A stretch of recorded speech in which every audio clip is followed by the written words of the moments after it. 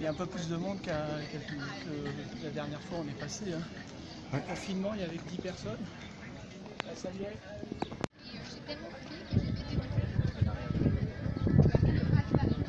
C'est bien.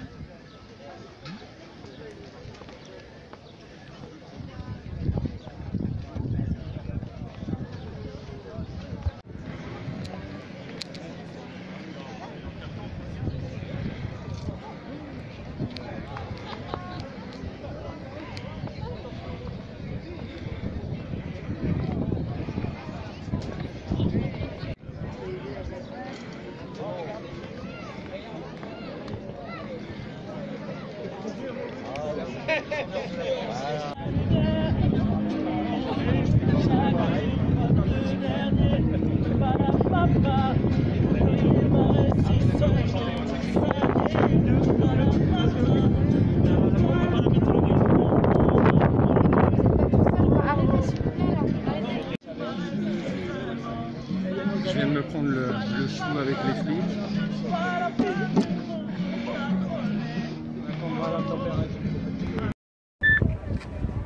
Ça dénote en ce moment. C'est comme il y a quelques semaines, il n'y avait pas de messe. Il y a un an, on ne pouvait pas faire de messe parce que Notre-Dame brûlait.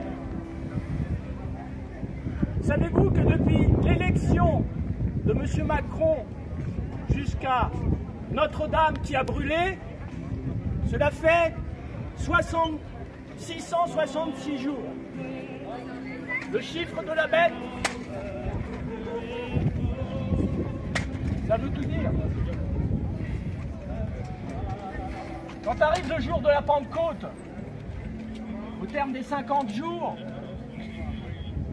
où ils se retrouvent réunis, tous ensemble, soudain un bruit vient du ciel, comme un violent coup de vent. Les apôtres étaient dans une maison où ils étaient assis. Ils ont fui emplis tout entière. Un vent et une lumière arrivaient. Alors leur apparurent des langues. Des langues qu'on aurait dit de feu, qui se partageaient et s'en posaient une sur chacun d'eux. Tous furent remplis d'Esprit Saint.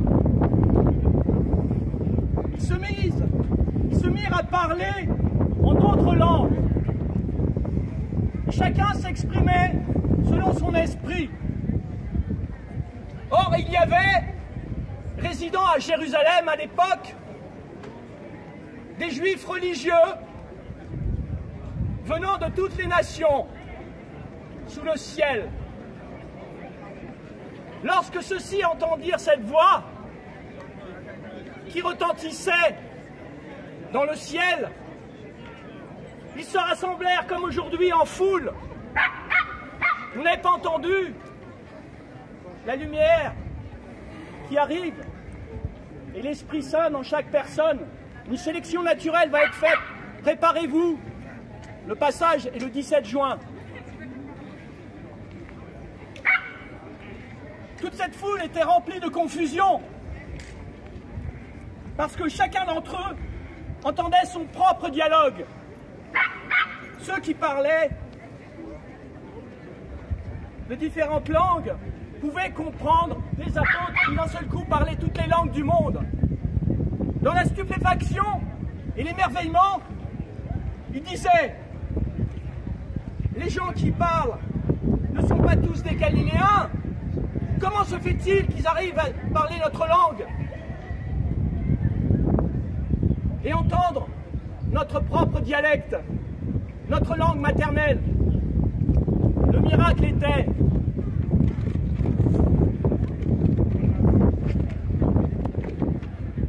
Partès, Médis, Élamites, habitants de la Mésopotamie, de la Judée, de la Caradoce, de la province du Pont, de celle d'Asie, de la Phrygie, de la Pamphylie, de l'Égypte, des contrées de Libye, proches de Cyrène, Romains de passage, Juifs de naissance et convertis, Crétois et Arabes, tous nous entendions parler nos langues avec les merveilles de Dieu.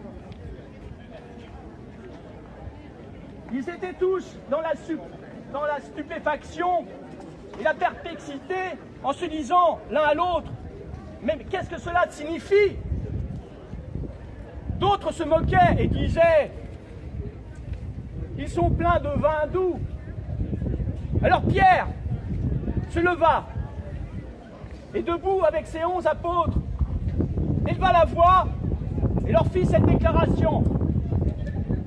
Vous, Juifs, et vous qui résidez à Jérusalem, sachez bien ceci, prêtez l'oreille à ma parole.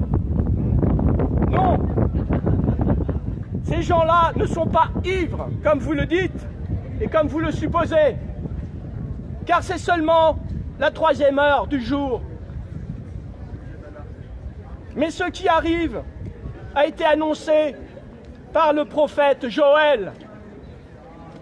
Il arrivera dans les derniers jours, a dit Dieu, que je répandrai mon Fils dans toutes les créatures et dans toutes les âmes des hommes qui le méritent. Vos fils, vos filles prophétiseront, vos jeunes gens auront des visions et vos anciens auront des songes. Même les serviteurs et même sur les servantes, je répandrai mon Fils. Le soleil, comme bientôt cela va arriver, se changera en ténèbres. 2020, c'est l'année de l'arrivée du cavalier de l'Apocalypse. Je pense que vous l'avez compris avec tout ce qui se passe. La lune sera changée en sang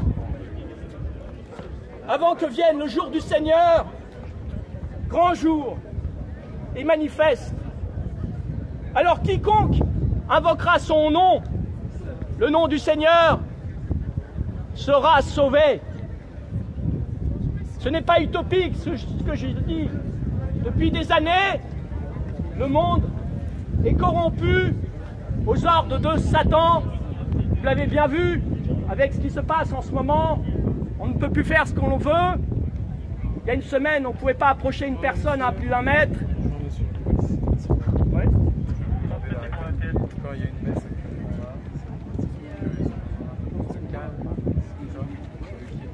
Ce que je vous disais, la police m'a interdit de parler. J'étais sincère, je le ferai tout à l'heure, à tout à l'heure.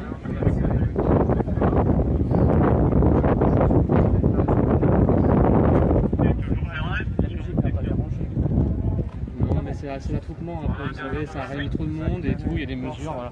Pas la peine de me faire un gros plan sur la tête, d'accord?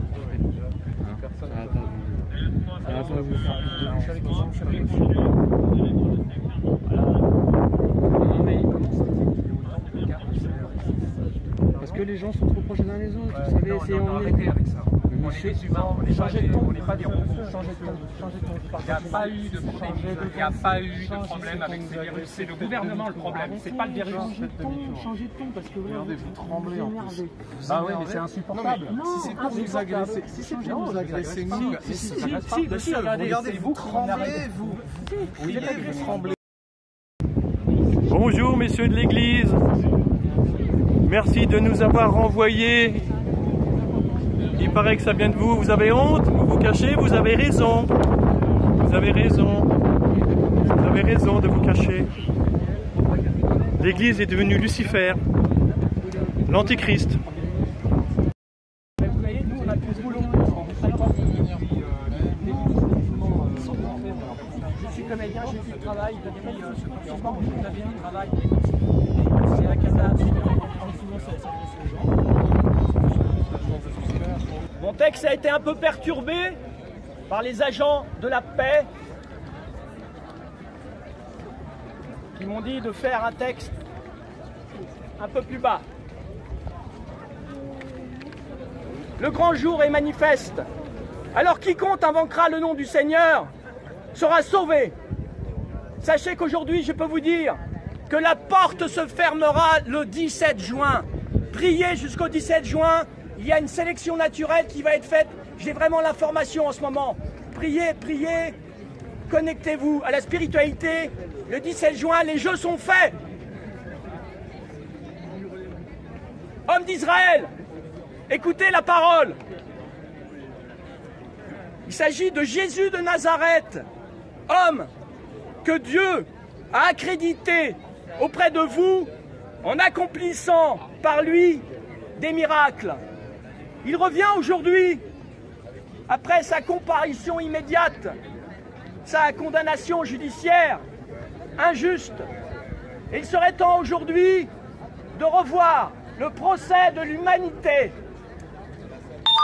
Cet homme livré selon le dessein bien arrêté et la préscience de Dieu, vous l'avez supprimé en le clouant sur la croix de bois par la main des impies.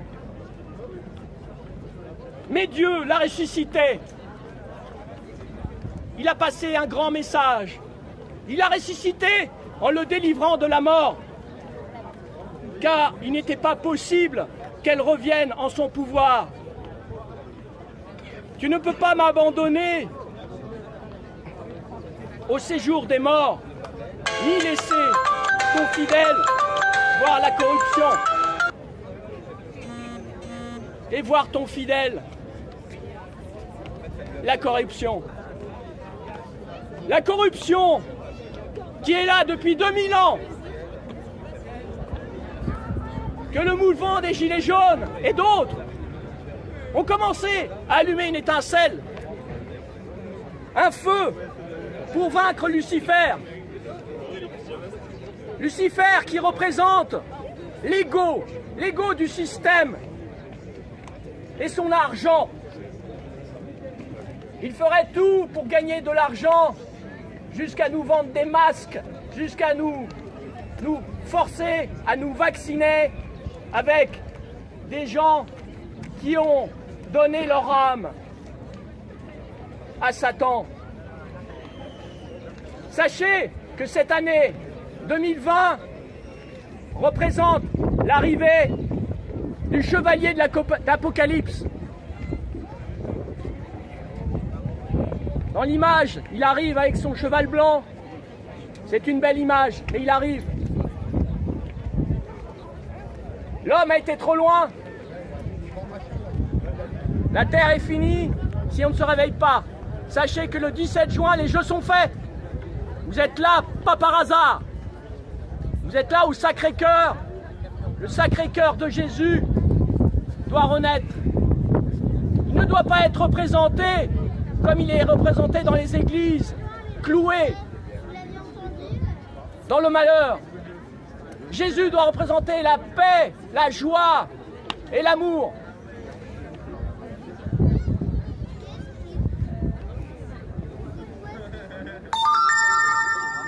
Il faut vraiment faire disparaître Satan.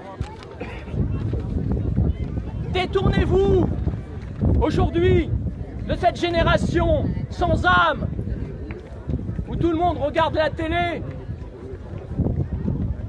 tortueuse, et vous serez tous sauvés. Priez Dieu.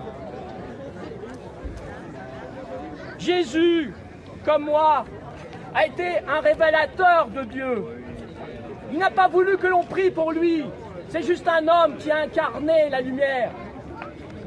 Dieu lui demande, et même à l'église, on ne prie pas assez Dieu. On prie Jésus, mais pas Dieu.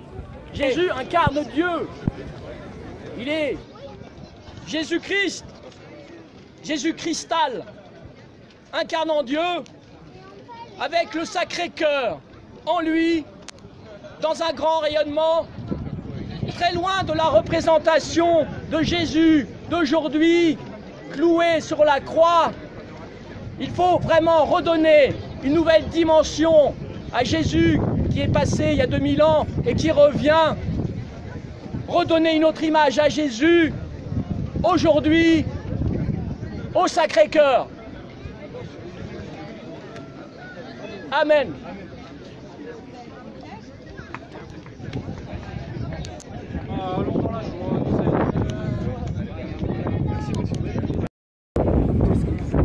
Et alors? C'est sympa. Par curiosité, j'étais curieux de savoir ce qu'il disait. Les évangiles, c'est des évangiles dans la rue. C'est courageux de faire ça. Parler de l'évangile dans la rue. Ben, c'est fait pour ça. Le jour de la Pentecôte, c'est quand les apôtres, regardez le vent, c'est quand les apôtres sortent dans la rue.